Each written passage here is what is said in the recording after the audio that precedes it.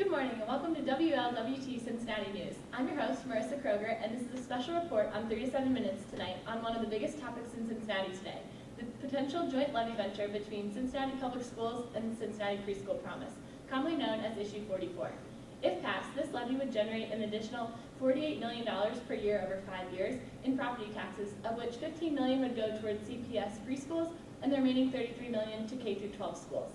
While there's still much debate on this levy, which would cost the owner of a $100,000 home in Cincinnati an additional $278 per year, Cincinnati Public Schools appear to be on an upward sloping trend in terms of fiscal responsibility and student success. The city has gone to great lengths to cut costs and manage expenses in recent years, even by closing schools and deferring employee raises when necessary. In the wake of decreasing state funding and increasing costs of education nationwide, enrollment at CPS, graduation rates, and composite HCT scores have recently begun to rise across the board. However, despite recent success, the CPS is still at risk. In 3 of the last 5 years, CPS has experienced decreasing fund balances as a percentage of net operating income with a ratio of 34.9% in 2014, indicating that they are at a greater risk of being unable to withstand financial emergency if one were to occur. For today's special report on 3 to 7 minutes, Vlad will be hosting 4 special guests to discuss why it is they feel the Cincinnati Public Schools are in need and deserving of Issue 44 levy. Stay tuned as they dive deeper into how CPS has been performing, why the levy is necessary, and how we as a community could reap the benefits.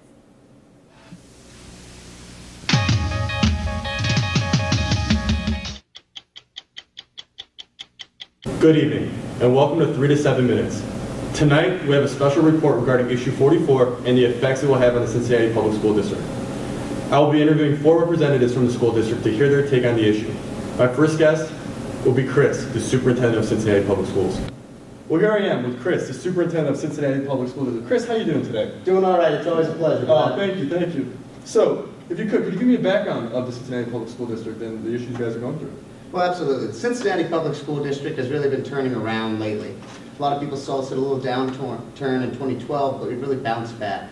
Actually, if you look at the changes in our net position from the modified approval stance, we're really doing well. We're actually making a profit, return a profit. We're not coming out in deficit, which means we're really able to fund ourselves year to year pretty successfully.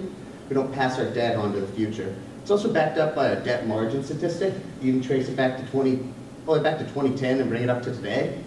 You'll see our debt margin is closing and closing. We're not passing that debt on to the future anymore. We're really trying to bounce back. And this levy could really help be that final push. Helps the community, helps the students, helps the government. Absolutely. So what would you say has been the financial condition of Cincinnati Public Schools in the most recent years? Well, I think that has a lot to do with it. Like I said, I think we're bouncing back financially, really starting to fund ourselves year to year. I think it has a lot to do with, our Board of Education. We had 3 new inductees this year, Ms. Dansby, Ms. Hoffman, Mr. Minera, who we're very happy to have on board. I think they're doing just a fantastic job. They're really helping turn things around. As a superintendent, I get to do a lot of work. I have a lot of initiatives I've been putting in. Initiatives to really try and increase transparency, improve students, and improve the community. And so one of those huge ones is elementary initiative, ready for high school. And that one's helping these grade schools in the 16 lowest socioeconomic districts. We're helping them bounce back. We're going in, we're giving them extra funding, we're giving their teachers initiatives, and we successfully turned many of those schools around. They've pulled themselves out of the hole. The students are doing better, higher ACT scores, higher graduation rates, things are looking a lot better. That's also due to my initiative, My Tomorrow, which is my high school initiative, which is really about, like I said, increasing these ACT scores, increasing this graduation rate, and really just helping these teachers improve their curriculum. We've actually gone double digits in our students in AP classes. It's incredible. Oh, that's awesome. Well, thank you, Chris. Thank you for your time. It's always a pleasure. Well, I can't thank you enough for having me, Vlad. So next, we have the second representative from the Cincinnati Public School District, Austin, who is the director of the Cincinnati Public School Curriculum. Austin, good evening. How are you doing today? I'm doing good, Vlad. Thanks for asking. Absolutely. So what has been the trends of enrollment in recent years? Well, Chris kind of talked a little bit more how it was in the most recent years, but it always hasn't been that way. Dating back to about a decade ago, Cincinnati's enrollment K through 12 was about 37,000. To date, enrollment is a little over 30,000, so a significant decrease there. It's interesting to note that enrollment in grades K through 5 has remained relatively stable, though. The decrease is being observed in grades 6 through 12 predominantly. This could be heavily due to our students not getting the support resources they need early on. and families seeking better alternatives for their children. This may be by way of moving to other school districts or enrolling in private schools in the area. Either way, this is a concerning issue and needs to be addressed. Also important to note, the population over the course of the past 10 years in the city of Cincinnati has increased, along with income per capita. This would lead you to believe that opposite to be true as far as enrollment. So how is this compared to other districts in Ohio? We took a little deeper look into both Toledo and Cleveland schools. Toledo public schools have also experienced a decrease in enrollment over the decade. Enrollment has decreased from 33,000 to a little over 21,000, Really? an even more significant decrease there. So a similar trend to that of CPS, although a smaller school district. With that being said, we should note that both population in the city of Toledo and income per capita has decreased at a meaningful amount. In addition, their enrollment decrease has been most noticed in their elementary schools. These figures align with Toledo's decrease in population. We deem Toledo's circumstances to have justified enrollment figures, unlike Cincinnati. As far as Cleveland, Cleveland is a much larger school district compared to both Toledo and Cincinnati. But the same trends as far as enrollment are being noticed. Enrollment has decreased by about 25,000 in the past 10 years. Wow. That's an incredible figure. Now almost 100% of students in city schools are receiving free or reduced meals. In looking at the three different school districts, we notably observe similar trends and figures, even though they are both of different size. However, with Cincinnati, enrollment decrease seems to be less justified. Population in Cincinnati has remained relatively stable. Income per capita has increased, and the enrollment figures are only dropping off significantly after elementary grades. We believe this indicates a need for more support and resources to be provided to our youngsters in our school district. Issue 44 can do that. Absolutely. So could you further elaborate on, so have you been satisfied with the performance of students in Cincinnati Public Schools? Well, we won't go too deep into the educational performance as the numbers kind of speak for themselves. Right, absolutely. Cincinnati's average ACT score has decreased by a full point in the past 10 years. It is now 3.5 points lower than the average score in Ohio. Okay. On the other hand, SAT scores have increased and are above the averages of both state and national levels. We believe this to represent a small percentage of students, though. Okay. The graduation rate in Cincinnati stands at 73%, almost an entire 10% below the state average. You can see some of the other statistics that have been reported, such as merit-based scholarships, attendance, and cost per student. These are disappointing figures across the board. Nonetheless, they can certainly be improved upon. As far as Toledo and Cleveland, graduation rates are lower for both of the city's school districts. This tells us that Cincinnati is moving in the right direction. You can see some of the statistics present in both Cleveland and Toledo as well. All in all, Cincinnati is not doing awful as far as performance in the classroom, but there is certainly room for improvement, and keeping students in the school district K-12 is very important. As we begin to make efforts in providing the students with the necessary tools to be successful in their lives, we are confident that our goals can be met. Issue 44 is a monumental step in doing so. Awesome. Well, thank you, Austin.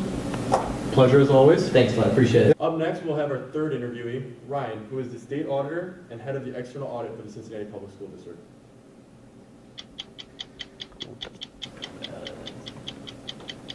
And welcome back. As stated before, we have Ryan here, the state auditor. Ryan, good evening. Good evening. So, can you go into further detail regarding the statistics that show the state of the Cincinnati Public School District? Sure. Our team has conducted some expansive ratio analysis on not only Cincinnati Public Schools, but also the schools in Toledo and Cleveland. Our most important ratio that we examined was revenues over expenditures. Okay. Now, typically, 105% indicates strong performance, and that's where Cincinnati came right in at 103%. It was right in between Toledo and Cincinnati and Cleveland. So again, we feel good about the performance there. In terms of revenue over pupils, again, Cincinnati Public Schools is at 15,000. Now, from industry standards and our experience, that's very good. But again, it was right between Toledo and Cleveland, which saw performance. Finally, in terms of teachers per pupil, it was 7 to 1. That's as in 7 students for every 1 teacher. Now again, this is outstanding. It shows that the students are getting quality attention by the staff members, and we see no reason to file any complaints here. Now, issue 44 is obviously a key issue and why essentially we're here. Now, from an outsider perspective, we have some, basic knowledge of how Cincinnati Public Schools operates, but based on all of our analysis, we think it's a no-brainer for issue 44 to pass. The school's been performing well, it's been responsible, stacking up against Toledo and Cleveland, it's been great. we would advise definitely the residents of Cincinnati to vote yes Yes. on election day. So you can for certain say that you think that this will, from your statistics and all these ratios, that issue Yes. 44 will have a positive impact on Cincinnati. Right, these three ratios they don't even encompass the whole deal. We have plenty of others to back this up, which as you can see in our reports, Yeah. will be filed later. Absolutely. It's a no-brainer. Well, thank you, Ryan. No problem. Happy to be here. Yes, thank you. Up next in our final interview, we will have also Ryan, who is the Director of the Financial Planning. He is Head of Funding for the Cincinnati Public Schools. So stay tuned.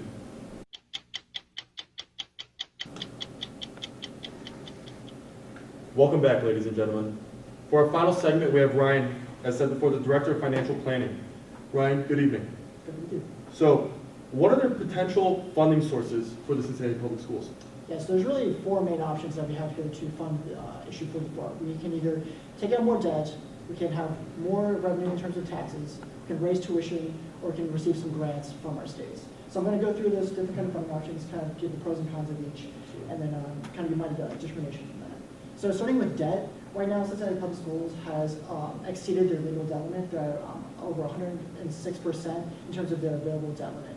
In comparison to some Cleveland and Toledo, they are 26% and 75% respectively. So as you can see, Cincinnati Public Schools really doesn't have much in terms of leverage so they can take on any more debt currently. In 2014 though, they did have a little bit left of the voted debt that they could take on, but they should probably use that margin of debt to use for emergency cases only, not for issue 44. So then they could also take on more revenue from taxes. And when we say taxes, that can either be income tax or property tax. Right now, they are currently, the residents of Cincinnati are on average are spending a little over $900 a year. And to put that in comparison to Cleveland and Toledo, that's much higher. And Toledo is the next comparison, and that's at $754. So you can already see we're spending $200 more per citizen. So raising taxes, while that is an option, we also don't want to overburden our citizens when it comes to taxes. The third option really is to go to the state and the federal level and try to get more contributions from them in terms of grants and contributions. But as we've seen, not only in high school level, but also higher education, we're seeing tuition dollars rising because the state entities are not funding education as much as they have per capita in the past. So while that is an option, that's not something we should be going really pursuing expecting much higher levels of funding going forward. And lastly is tuition, and I kind of lumped philanthropy as well into tuition. We don't want to raise tuition dollars too much more. This issue 44 is really trying to help the disadvantaged students that aren't able to go and get some of these preschooling options currently, and raising the tuition to pay for these programs, well, that's only going to further the divide between the higher income level families and the lower income families that are disadvantaged. Absolutely. So, of the multiple funding sources available, which do you feel is the best solution for Cincinnati Public Schools? I really feel that taxes, in terms of property taxes especially, is probably the best solution to raise more funds. While it would it would kind of spread the cost across all of the students of Cincinnati rather than placing the burden on a specific group of people in Cincinnati. Awesome. Well, thank you. Yeah, got you do. Thank you for joining us tonight, ladies and gentlemen. Stay tuned for the newest episode of Parks and Rec on your local CPS station. Good night.